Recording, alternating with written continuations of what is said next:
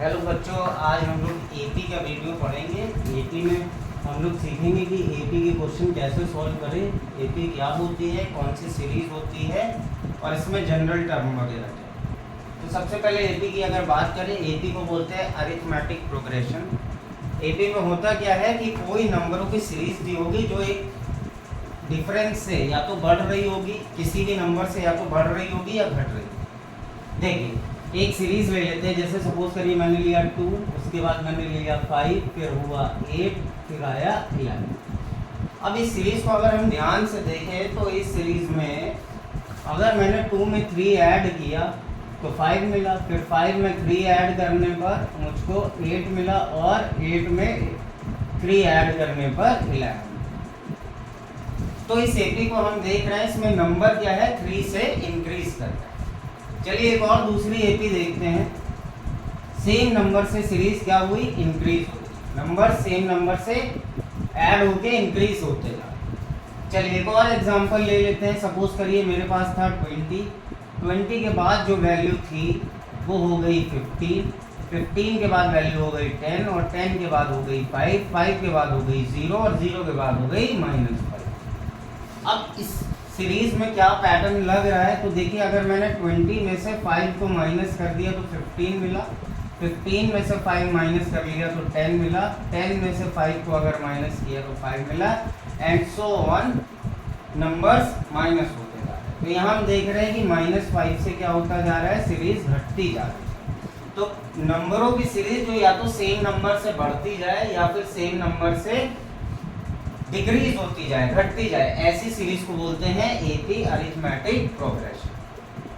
अब देखिए इसमें समझने वाली बात क्या है, किसी भी एपी का जो पहला टर्म होता है उसको ए बोलते हैं। क्या बोलते हैं, ए। तो यहाँ पर इस सीरीज में ए की वैल्यू हो गई है 2। दूसरे टर्म को आप बोलेंगे a2 की वैल्यू कितनी हो गई है 5। तीसरे टर्म को बोलेंगे a3। ठीक है, तो जो पहला टर्म होता है उसको a1 की जगह हम लोग बोल देते हैं a। तो यहाँ अगर मैं बात करूँ तो a की वैल्यू हो गई 2। चलिए यहाँ अगर मैं बात करता हूँ तो यहाँ पर a की वैल्यू कितनी हो जाएगी 20। a का मतलब होता है फर्स्ट टर्म। आपको ये चीज़ ध्यान रखना है, जिस नंबर से सीरीज बढ़ या घट रही है उसको बोलते हैं कॉमन डिफरेंस। क्या बोलते हैं, डी का मतलब हो गया कॉमन डिफरेंस। डी का मतलब हुआ कॉमन डिफरेंस। हर एपी में ए और डी अलग अलग होंगे, क्योंकि ये क्या है, ये वेरिएबल होते हैं और वेरिएबल की वैल्यू हर इक्वेशन में हर जगह अलग अलग है। अब चलिए एपी का एक फॉर्मूला है। देखिए मैं एपी में आपको एक चीज़ सिखा रहा हूँ जिससे आपका एपी का सम कभी भी गलत नहीं होने वाला। किसी भी एपी में जैसे कोई भी टर्म आपको बुलाना है तो आप उसको कैसे नेम देंगे ये सीखिए। जैसे किसी एपी का 10th टर्म है तो उसे हम बोलेंगे a10। क्या बोलेंगे बच्चों, a10। अब a10 का फॉर्मूला बन जाएगा a प्लस, अब 10 में से ही कम किया कितना बचा 9, तो a प्लस 9। किसी भी टर्म के लिए फॉर्मूला आप निकाल सकते हैं। जैसे मैं कह दूँ किसी एपी a31, 31st टर्म क्या होगा, तो 31st टर्म को हम लिखेंगे a प्लस 30। जितना भी करना है a प्लस उसमें से एक कम माइनस कर दीजिए और उतने डिग्री। सपोज करिए मुझे किसी एपी का 100 टर्म निकालना है तो उसे मैं बोलूँगा a100 और a100 की वैल्यू होगी a-99। इस तरह से हमको टर्म का नेम देना सीखना होगा। अगर हम ये चीज़ समझ जाएंगे तो हम इक्वेशन को बहुत आसानी से एपी को सॉल्व कर लेंगे। चलिए अब एपी का जनरल टर्म का फॉर्मूला कैसे आएगा, जनरल टर्म मतलब किसी एपी में बोलेगा आपसे nth टर्म निकालिए, nth टर्म की वैल्यू। तो जनरल टर्म का फॉर्मूला बहुत इंपॉर्टेंट है, हमें याद करना है। जनरल टर्म का फॉर्मूला होगा an = a plus n-1 into D, जहाँ पर a क्या होगा फर्स्ट टर्म होगा, d क्या होगा कॉमन डिफरेंस होगा। चलिए ये चीज़ अगर आपने समझ ली है तो अब हम कुछ क्वेश्चंस करते हैं जिसमें कि आपके सारे डाउट सॉल्व होते चले। चलिए देखिए क्वेश्चन मैं बोलता जा रहा हूँ, उसको नोट कर लीजिए। कह रहा है find the nth and the 12th term of an AP. कह रहा है किसी एपी का nth टर्म को बोलेंगे आप an एंड 12th टर्म को आप बोलेंगे a12। किसी भी एपी के ये टर्म बताने हैं और जो सीरीज दी हुई है वो सीरीज हमें दी हुई है 5, 2, -1, -4 एंड so on। अब बच्चों देखो अभी अभी मैंने आपको समझाया था, जैसे मान लीजिए 12th टर्म निकालना है, 12th टर्म होगा A12, 12th टर्म को बोलेंगे हम लोग A12। A12 के लिए क्या फॉर्मूला आएगा, A12 के लिए फॉर्मूला आपके पास आएगा A प्लस कितना D, 12 में से 1 माइनस कर दो, A प्लस 11D आएगा। मतलब मुझे A और D की वैल्यू अगर पता लग जाए तो मैं ये टर्म निकाल सकता हूँ। ये जो सीरीज दी है इसमें फर्स्ट टर्म क्या दिया है 5, फर्स्ट टर्म को तो A बोलते हैं, तो A की वैल्यू कितनी हो गई 5 हो गई। चलिए अच्छा D की वैल्यू कैसे निकालते हैं, एक बाद वाले में से एक पहले वाला टर्म माइनस कर देंगे तो D की वैल्यू आ जाएगी। तो ये हो गया 2 माइनस 5, तो D की वैल्यू आ गई मेरे पास -3। अब मुझे A भी पता है और D भी पता है, तो A12 निकालना है। A12 क्या हो जाएगा, A12 हो जाएगा A प्लस 11D। A कितना दिया है, A दिया है 5 प्लस 11 मल्टीप्लाई बाई D कितना है -3। पहले इसको मल्टीप्लाई कर देंगे तो ये हो जाएगा 5 माइनस 33 और 33 में से 5 दिया तो आंसर आ गया -20। तो 12th टर्म इस सीरीज में जो आएगा, देखिए ये पहले नंबर का टर्म है, ये दूसरे नंबर का, ये थर्ड नंबर का टर्म है, ये फोर्थ नंबर का। सिमिलरली 12th नंबर पे कौन सा टर्म आएगा -28। ठीक है, अब आपको an निकालना है। an का क्या फॉर्मूला होता है, an का फॉर्मूला होता है a plus n minus 1 multiply by d। a कितना दिया है 5 प्लस n माइनस 1, d की वैल्यू है -3। वैल्यू पुट कर देते, पहले मल्टीप्लाई कर दीजिए अंदर, -3 into n -3n, minus minus plus 3 1 जा 3, ब्रैकेट ओपन कर दें, 5 प्लस प्लस माइनस माइनस हो गया, 5 माइनस 3n प्लस 3, 5 और 3 हो गया 8 माइनस 3n। तो इसमें nth नंबर या जनरल टर्म जो आएगा, जनरल टर्म स्पेसिफाई नहीं है, मतलब nth टर्म जो इसमें आएगा वो आएगा 8 माइनस 3n। ये जनरल टर्म आपको बताता है AP कैसे बन रही है। जैसे जनरल टर्म an कितना आ गया है 8 माइनस 3n। अब आप n की वैल्यू रखते जाएंगे और आपको टर्म मिलता जाएगा। मतलब अगर मैंने 1 रख दिया n की जगह तो a1 की वैल्यू आ गई 8 माइनस 3 इंटू 1, जहाँ जहाँ n था वहाँ 1 रख दिया, 3 1 जा 3, 8 में से 3 गया 5। क्या पहला टर्म 5 है, a1 का मतलब हो गया a। फर्स्ट टर्म क्या 5 है, बिल्कुल है। चलिए अच्छा n की जगह अगर 3 रख दे तो पता लग जाएगा थर्ड टर्म क्या आएगा, 8 माइनस 3 इंटू 3, 3 3 जा 9, कितना हो गया 8 माइनस 9, 8 माइनस 9 मतलब -1। क्या थर्ड टर्म -1 है, बिल्कुल -1। तो जनरल टर्म हमें बताता है कि AP के कौन कौन से नंबर मेंबर्स हैं। ठीक है, आई होप आपको ये समझ में आया होगा। Now pause the video and note it down.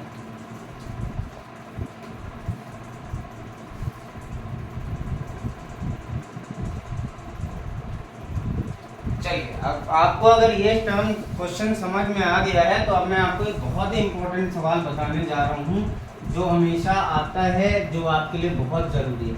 AP के क्वेश्चन में कभी भी आ जाए विच टर्म, अगर आपको लिखा मिल जाए कहीं पर भी विच टर्म, अगर ये चीज आपको मिल गई है कहीं तो आपको क्या करना है, आपको वहां पे n फाइंड करना है। n की वैल्यू क्या होगी ये फाइंड करना है।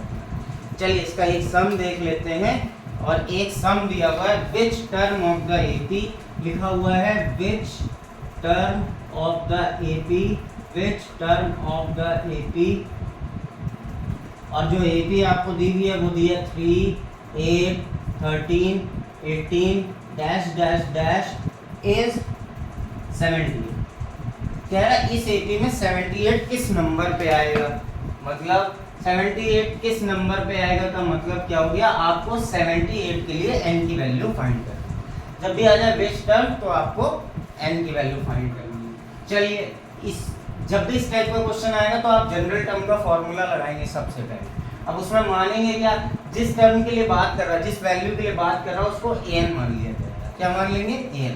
तो हम लोग मान ले रहे हैं let an is equal to 70। हमेशा ध्यान रखिएगा जिस भी नंबर के लिए बात करेगा आप उसको an मान लीजिए। an का फॉर्मूला बच्चों क्या होता है, a plus n minus 1 multiply by d, that is कितने के इक्वल है 78। गुड।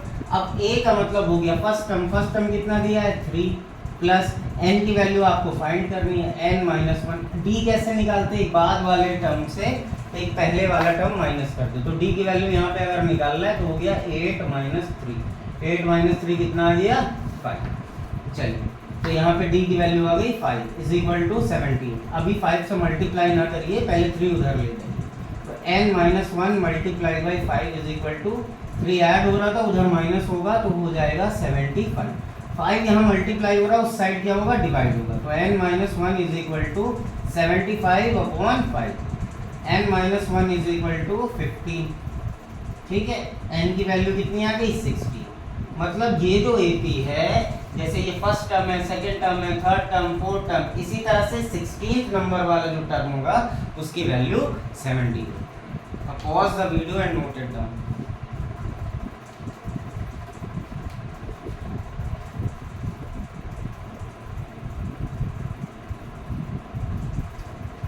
चलिए अब अगला क्वेश्चन करते हैं जो कि बहुत इंपॉर्टेंट है और आपके एग्जाम में आने के इसके बहुत ज्यादा चांस है।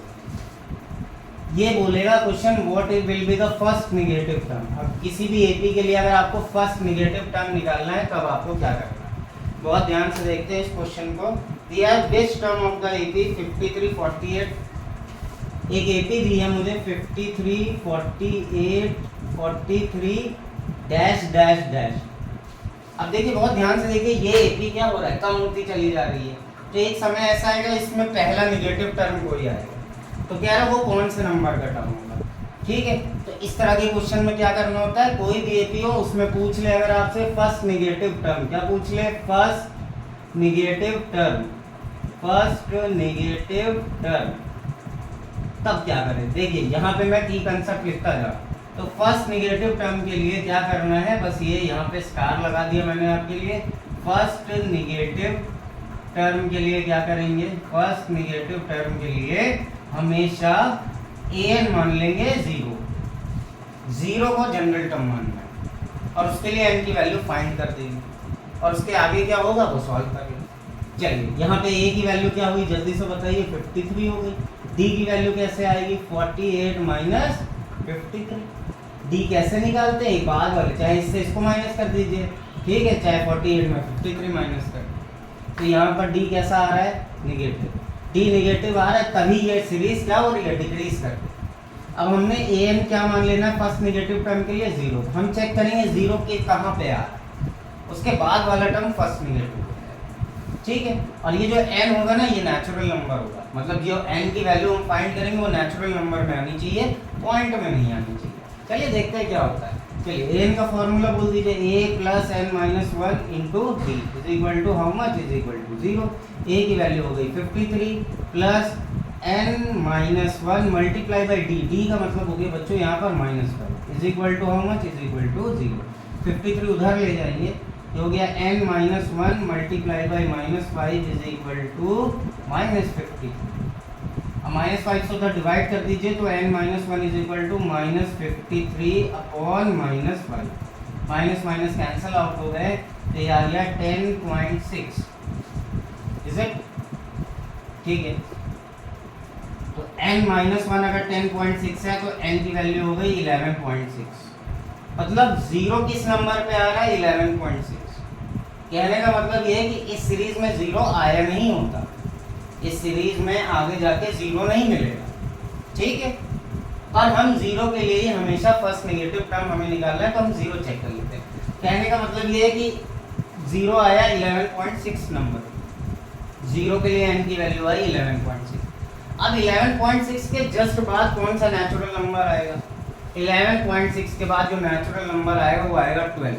तो इसका मतलब हो गया कि फर्स्ट नेगेटिव टर्म कौन सा हो जाएगा, first negative term is equal to 12th term. अच्छा देखिए यहाँ पर कंफ्यूज मत होइएगा कि यहाँ 11.6 आया, ये 11.6 या पॉइंट की जो वैल्यू है ये चीज बता रही है कि 0 इस सीरीज में आया नहीं है। और फर्स्ट नेगेटिव निकालने के लिए हमको क्या करना होता है, an मान लेना होता है 0। तो अगर 0 के लिए n की वैल्यू 11.6 आई है तो इसके जस्ट बाद वाला टर्म नेगेटिव होगा, तो वो क्या हो जाएगा, 11.6 के बाद कौन सा नेचुरल नंबर मिलेगा आपको, 12th मिलेगा। तो n की वैल्यू क्या होगी 12। ठीक है, तो फर्स्ट नेगेटिव टर्म कौन सा होगा इस सीरीज का, 12। अब क्या, तो उसकी वैल्यू बताइए। तो आपको पता है A12 कैसे निकालेंगे आप, A प्लस 11D से निकालेंगे। तो क्या हो जाएगा, A कितना है 53 प्लस 11 मल्टीप्लाई बाई D की वैल्यू कितनी आई थी, D की वैल्यू -5 आई थी। तो ये हो गया 53 माइनस 55। तो ये कितनी वैल्यू आ गई, -2।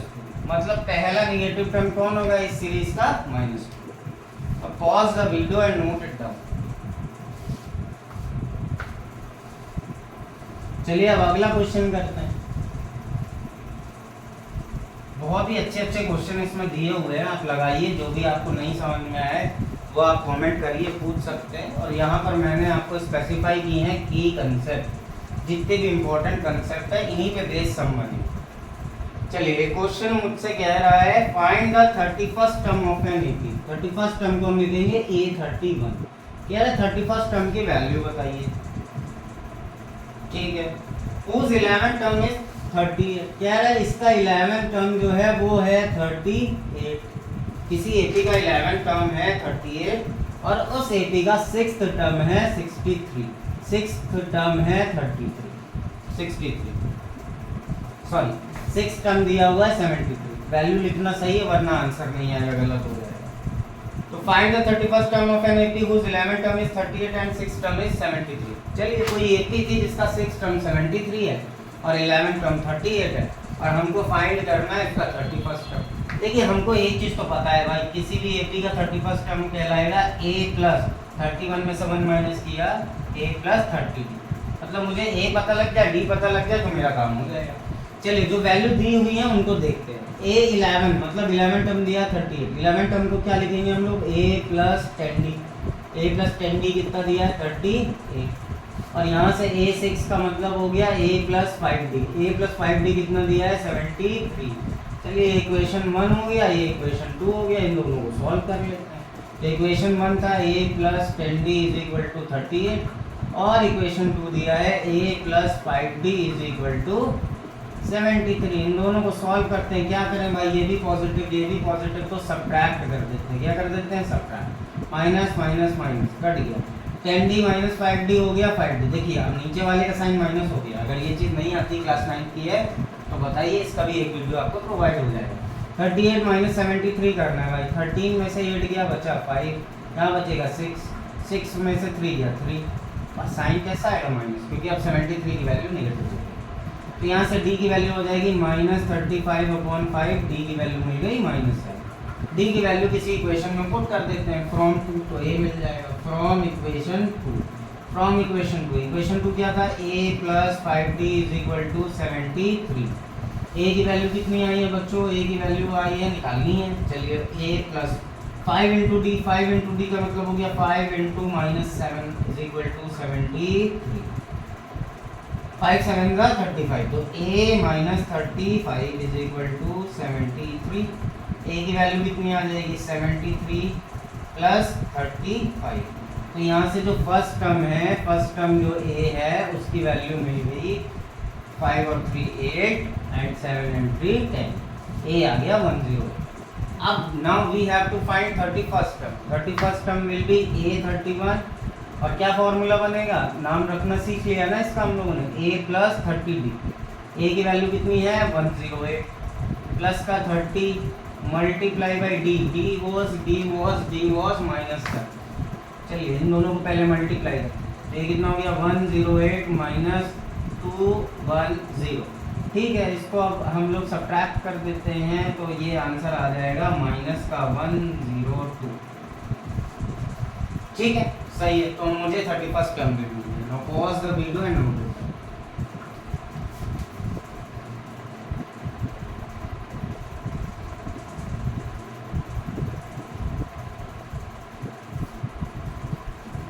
चलिए अब अगला सम देखते हैं। इसमें जो अगला सम है वो कहता है if the eight term of an AP is 0। कह रहा है किसी एपी का 8th टर्म जो है वो 0 है, then we have to prove 38 term is triple of 18th term. चलिए जल्दी से काम करते हैं। कहता है क्या कह रहा है, क्या क्या गिवन है हमें गिवन है किसी भी एपी का एट टर्म क्या था 0, A8 इज इक्वल टू 0।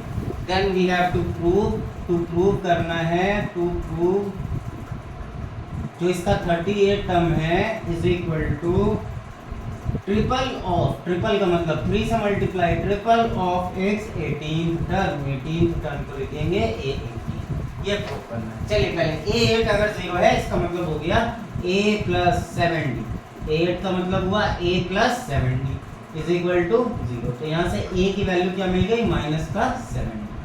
अब जो टू प्रूव करना है यहाँ पर वैल्यू पुट करते हैं, देखते हैं LHS और RHS में क्या आता है। LHS हमने लिया, LHS क्या है A38, A38 का मतलब हो गया A प्लस 37D, ठीक है। A की वैल्यू है माइनस 7D, इक्वेशन 1 मान लीजिए, इक्वेशन 1 से वैल्यू पुट कर दीजिए, तो माइनस 7D प्लस 37D, तो ये वैल्यू आ गई मेरे पास 30D। क्या RHS भी इतना आ रहा है, देखते हैं चलिए। अब RHS हमने देखा, RHS की वैल्यू क्या थी बच्चों, RHS था 3 मल्टीप्लाई बाई A18। अब A18 की वैल्यू कितनी होती है, ब्रैकेट ले लीजिए, A प्लस 17D, 18 टर्म को क्या लिखेंगे A प्लस 17D।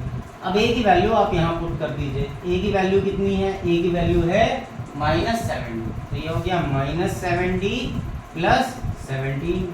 अब 17D में से 7D गया तो कितना बचा आपके पास, बचा 10D, 10D इंटू 3 कितना हो गया 30D। LHS is equal to RHS, proof हो गया। जो भी चीज आपको समझ में ना आए वो बिल्कुल पूछिए। अब pause the video and note it down.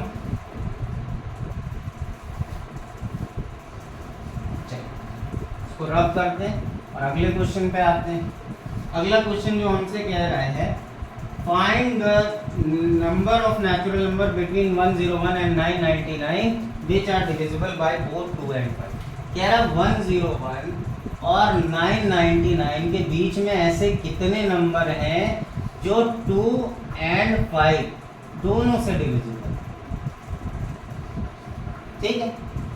चलिए अब जैसे हम नंबर पढ़ते हैं तो उसमें ऐसे कौन कौन से नंबर है जो 2 से भी डिविजिबल और 5 से भी डिविजिबल हो। जैसे अब मैंने पहला नंबर अगर सपोज लिया 2 से तो डिविजिबल है लेकिन 5 से डिविजिबल नहीं है। सपोज करिए मैंने लिया नंबर 5, अब जो 5 है वो 5 से डिविजिबल है लेकिन 2 से नहीं डिविजिबल।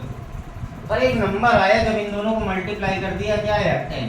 अब 10 क्या है 2 से भी डिविजिबल और 5 से भी। इसके बाद कौन सा नंबर होगा जो 2 और 5 दोनों से डिविजिबल हो, 20 आएगा 10 के गैप में। इसी तरह से 101 और 999 इनके बीच में कौन कौन से नंबर होंगे जो 2 और 5 से बोथ से डिविजिबल हो, जिनके लास्ट में आए 0। तो पहला नंबर बनेगा 110, उसके बाद 120, फिर 130 और लास्ट नंबर क्या बनेगा 909।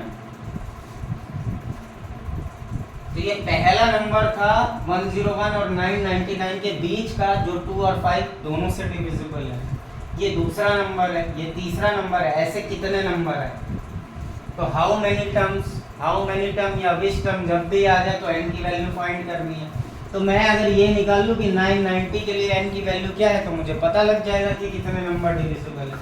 तो इस सीरीज में a की वैल्यू हो गई 110, ठीक है। d की वैल्यू कैसे निकालेंगे, एक बाद वाले टर्म से पहले वाला माइनस कर लीजिए, 120 माइनस 110, तो ये वैल्यू आ गई d की 10। और an हमने क्या मानना है 990, मतलब मैं ये निकाल लूँ 990 के लिए n की वैल्यू क्या आ रही है तो पता लग जाएगा कितने टर्म डिविजिबल थे। an का फॉर्मूला क्या होता है, a plus n minus 1 multiply by D is equal to how much, is equal to 9। Now put the values, a की value 110 plus n minus 1 multiply by d that is 10 is equal to 9।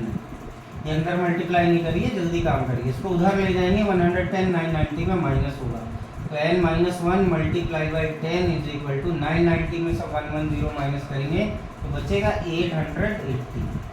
So n minus 1 multiply by 10 is equal to 10। अब उधर ले जाते हैं divide में तो यहाँ हो गया 80, n की वैल्यू क्या हो जाएगी 88 प्लस 1, तो n इज इक्वल टू 89।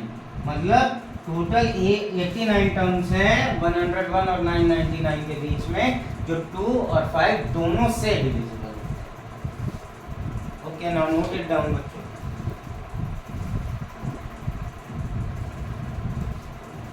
चलिए अब नेक्स्ट सम करते हैं, और ये जो नेक्स्ट सम है ये भी बहुत अच्छा सम है आपके पास। इसमें क्या कह रहा है, इसमें कह रहा है, बहुत ध्यान से सुनिएगा, क्या इफ द नंबर्स, कह रहा है कि if the numbers n-2, 4n-1 and 5n+2, कह रहा है अगर ये तीन अलग अलग नंबर है r इन AP, तो n की वैल्यू बताओ। r in AP then find the value of n। देखिए अगर तीन नंबर AP में है तो उसकी एक ही कंडीशन है कि उनका कॉमन डिफरेंस इक्वल होना चाहिए। तो if these number are in AP, तो इनका D मतलब इसमें जो डिफरेंस है वही इसमें और इसमें होना चाहिए, D सेम होना चाहिए। ठीक, तो हम लिखेंगे क्या, देखिए D सेम होगा, इसका मतलब D कैसे निकालते हैं, बाद वाले टर्म से पहले वाला माइनस करते हैं, मतलब 4n-1 में से माइनस करेंगे। देखिए जब टर्म ज़्यादा होना तो माइनस के बाद ब्रैकेट लीजिए। तो D कैसे निकाल सकते हैं, इससे इसको माइनस कर दिया तब D आ सकता है, और वो कॉमन डिफरेंस बराबर होगा, किसके बराबर होगा, जब इस टर्म में से इस टर्म को माइनस करेंगे। तो ये हो गया 5n+2 माइनस 4n-1। याद रखिए सबसे बड़ी गलती ये होती है, आप ब्रैकेट नहीं लेते माइनस, तो माइनस के बाद ब्रैकेट लेंगे तो गड़बड़ कभी नहीं होगी। माइनस से ब्रैकेट ओपन कर लीजिए, 4n-1 minus n+2 is equal to, यहाँ पे हो गया 5n+2 minus 4n and minus minus plus, 4n में से n गया बचा 3n, 2 में से 1 गया बचा 1 इज इक्वल टू 5n में माइनस 4n बचा n, 2 + 1 हुआ 3, n इधर ले जाइए 1 इधर ले जाइए, तो 3n minus n is equal to 3 - 1, 3n में से n गया बचा 2n is equal to 2, n is equal to 2/2, that is n is equal to 1। इनकी वैल्यू कितनी आ गई, 1। कोई भी AP होगी उसका D इक्वल होगा। जैसे सपोज करिए मैंने एक सीरीज ली, 2 लिया, 4 लिया, 6 लिया, 8 लिया और उसके बाद 9 ले लिया। अब यहाँ कॉमन डिफरेंस कितना हो गया, 4 - 2 2, 6 - 4 2, 8 - 6 2, पर 9 - 8 कितना हो गया, 3। इसका मतलब ये एक AP नहीं है। क्यों नहीं है AP, क्योंकि कॉमन डिफरेंस अलग है। AP होने की कंडीशन यही है कि D हमेशा सेम होना चाहिए। तो यहाँ पर सॉरी 9 - 8 कितना आया, 1 आया, ठीक है। तो इसके बाद जो अगला टर्म आना चाहिए था वो क्या आना चाहिए था, 10 आना चाहिए था। 10 - 8 कितना होगा, ठीक है, तब ये AP में। आई होप आपको ये क्वेश्चन भी समझ में आ गया होगा। चलिए अब आगे बढ़ते हैं, अगला क्वेश्चन करते हैं। और बाकी जो भी क्वेश्चन आप सॉल्व करिए, जो नहीं आएगा आप बिल्कुल पूछिए मुझसे। अब एक जो क्वेश्चन है वो मुझसे कह रहा है the sum of 3 numbers in AP is 30। अब चलिए अगला कंसेप्ट आ गया। जब भी बोल दे 3 नंबर्स ऑफ AP, जब भी AP के 3 नंबर आपको मानने हैं तो आप कैसे मानेंगे, एक नंबर A मान लीजिए। अब A के बाद कौन सा टर्म आएगा, आगे वाला टर्म आएगा, मतलब फर्स्ट टर्म के बाद सेकंड टर्म आता है। सेकंड टर्म को क्या बोलते हैं, A2 की वैल्यू क्या होती है, A + 1D, 1D का मतलब हो गया A + D। तो पहला टर्म आपने एक टर्म मान लिया A, उसके बाद वाला हो गया A + D, लेकिन इसके पहले वाला टर्म क्या होता है, A - D, ठीक है। तो आपको जब भी 3 नंबर्स मानने हैं AP में तो आप हमेशा क्या मानेंगे, A - D, A और A + D। इससे क्वेश्चन बहुत जल्दी सॉल्व होगा। तो आप ऐसे लिखेंगे, let 3 numbers of AP, let 3 numbers of AP is equal to A - D। ये याद कर लीजिए, यही आपको मानना है, जिससे आपके लिए बहुत आसान हो जाएगा क्वेश्चन। एंड A + D, ये 3 नंबर हमने माने, ठीक है। क्वेश्चन कह रहा है the sum of 3 numbers in AP is 30। तो अकॉर्डिंग टू क्वेश्चन ये जो 3 नंबर्स हैं इनका सम, ये 3 नंबर्स हैं इनका सम दिया है, मतलब A - D + A + D, ये जो सम हमें दिया है वो कितना दिया है, 30 दिया है। चलिए 30, D से D कैंसिल हो गया, यहाँ A + A हो गया 3A इज इक्वल टू 30 और A इज इक्वल टू 10। ये नंबर इसलिए मानते हैं जिससे D एलिमिनेट हो जाता है और फर्स्ट टर्म की वैल्यू मिल जाती है। इसलिए AP के 3 नंबर हमेशा A - D, A और A + D। दूसरी चीज क्या है, and the ratio of the first to the third number is 3:7। Second condition according to question कह रहा है जो पहला नंबर है और जो थर्ड नंबर है उनका रेशियो दिया है। तो A - B upon A + D, ये चीज़ हमको दी हुई है, कितनी दी हुई है, ये चीज़ जो हमें दी है, ये रेशियो हमें दिया है 3:7। 3:7 का मतलब 3:7 का मतलब हो गया 3/7। ठीक है, अब a की वैल्यू हम फाइंड कर चुके हैं, तो ये हो गया 10 minus D upon 10 plus D. ये कितना दिया हुआ है हमको 3/7। क्रॉस मल्टीप्लाई करेंगे, 7 यहाँ मल्टीप्लाई हो गया तो हो गया 70 माइनस 70। ये 7 दोनों में ही मल्टीप्लाई होगा, तो 70 minus 70 is equal to 30 plus 3d। क्या करिए, d उधर ले जाइए, 30 इधर ले आइए, तो हो गया 70 minus 30 is equal to 3d plus 70। ठीक है, 70 में से 30 गया, कितना बचा 40। तो 40 इज इक्वल टू 10d। तो यहाँ से d की वैल्यू निकालेंगे, 10 से 40 में 10 डिवाइड कर देंगे तो d की वैल्यू आ गई। अब आपको a भी पता लग गया है और d भी पता चल गया है, तो नंबर्स क्या हो जाएंगे, नंबर्स क्या होंगे। पहला जो माना है a माइनस डी का मतलब हो गया 10 माइनस 4 इज इक्वल टू 6। दूसरा नंबर a माना था तो a हो जाएगा 10, और थर्ड नंबर हमने माना था a प्लस डी, तो हो जाएगा 10 प्लस 4 दैट इज 40। तो नंबर्स क्या क्या आ गए, AP में कौन कौन से नंबर हो गए, 6, 10 एंड 40। तो जनरल टर्म, AP के जनरल टर्म से इतने ही सम जो इम्पोर्टेंट मुझको लगे मैंने आपको बताए। अगर आपको और कोई क्वेश्चन नहीं आ रहा है तो आप टाइप करिए कमेंट में, मैं आपके लिए वो क्वेश्चन सॉल्व करूँगा और इजी से इजी मेथड में आपको समझाने की कोशिश करूँगा। और thank you so much for watching this video. और अगले पार्ट में हम लोग सॉल्व करेंगे sum of n terms of an AP के जो नंबर्स हैं उनका सम क्या होगा, उसके लिए next video. Thank you so much.